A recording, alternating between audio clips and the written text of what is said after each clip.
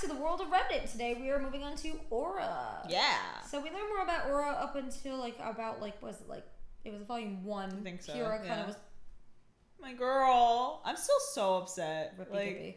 I know. It's always the characters with like red or orange hair that I like that die. That is so true. It's a weird thing that keeps occurring with Tat. In every single series, she's like, I like this character. They have red or orange hair. They have red or orange hair, and they have a specific personality, and they either die or they get brutally hurt. And they're usually dying. It happened to me yesterday. Yeah. Oh, yeah. Godfrey from SAO. Godfrey from SAO. She's like, I like this guy. He's really cute. And it's like, he died. Nope, dies. And I'm just like, I'm sorry. I knew it the whole time. Like, right when she says, like, this guy's awesome. And then it's like, nope, he just dies. Anyway, this is an SAO. Thank you, world, for killing all the characters that my sister likes. Thank you. Anyway, so with Aura, I like the fact of how they're actually going to be able to explain Aura more, because I feel like between Semblance and Aura, people can kind of get confused on that. So let's just jump into this, because they go and explain all of it. Yeah. Here we go.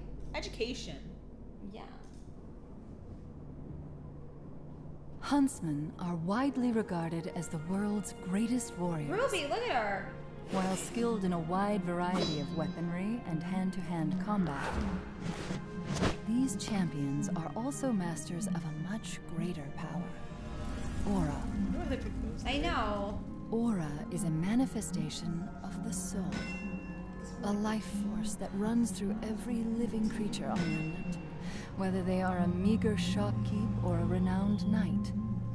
However, what sets true warriors apart from all others is their ability to amplify and control their aura.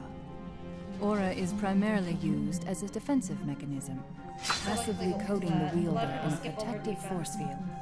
It can protect a combatant from what would normally be a fatal blow. It does not, however, make the user invincible.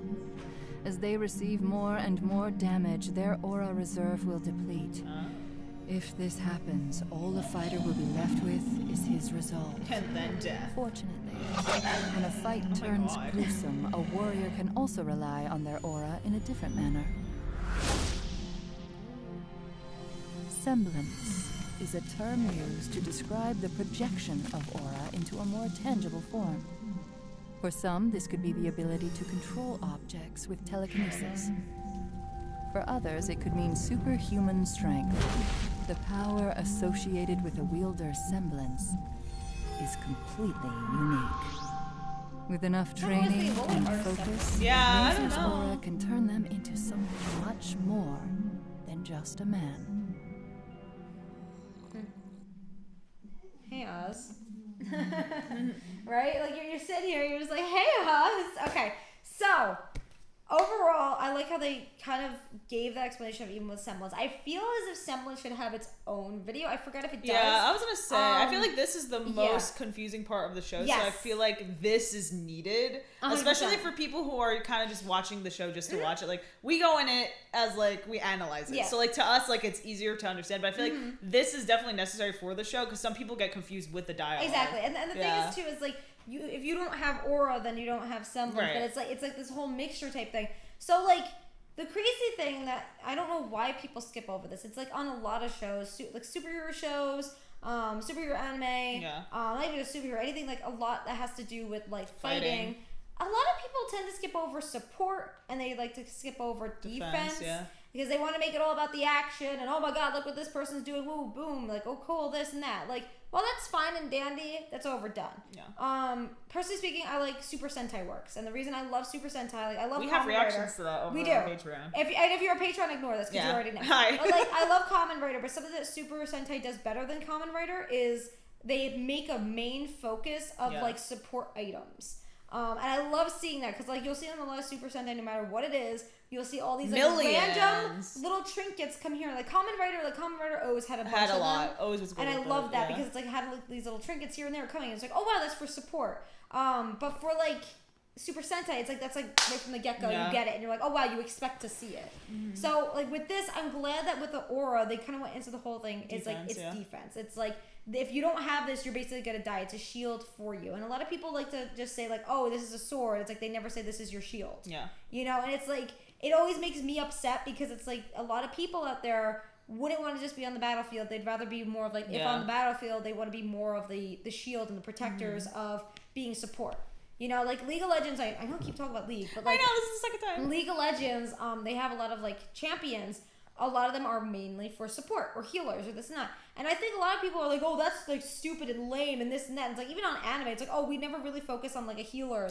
Like, it's lacking within fiction. It really is. So for RWBY to kind of say that and kind of open the door for writers to kind of say like, I want to make my own original character within the RWBY world, the world of Remnant, to have it as like, oh, they're a fighter, but they're more or less going to be more defense.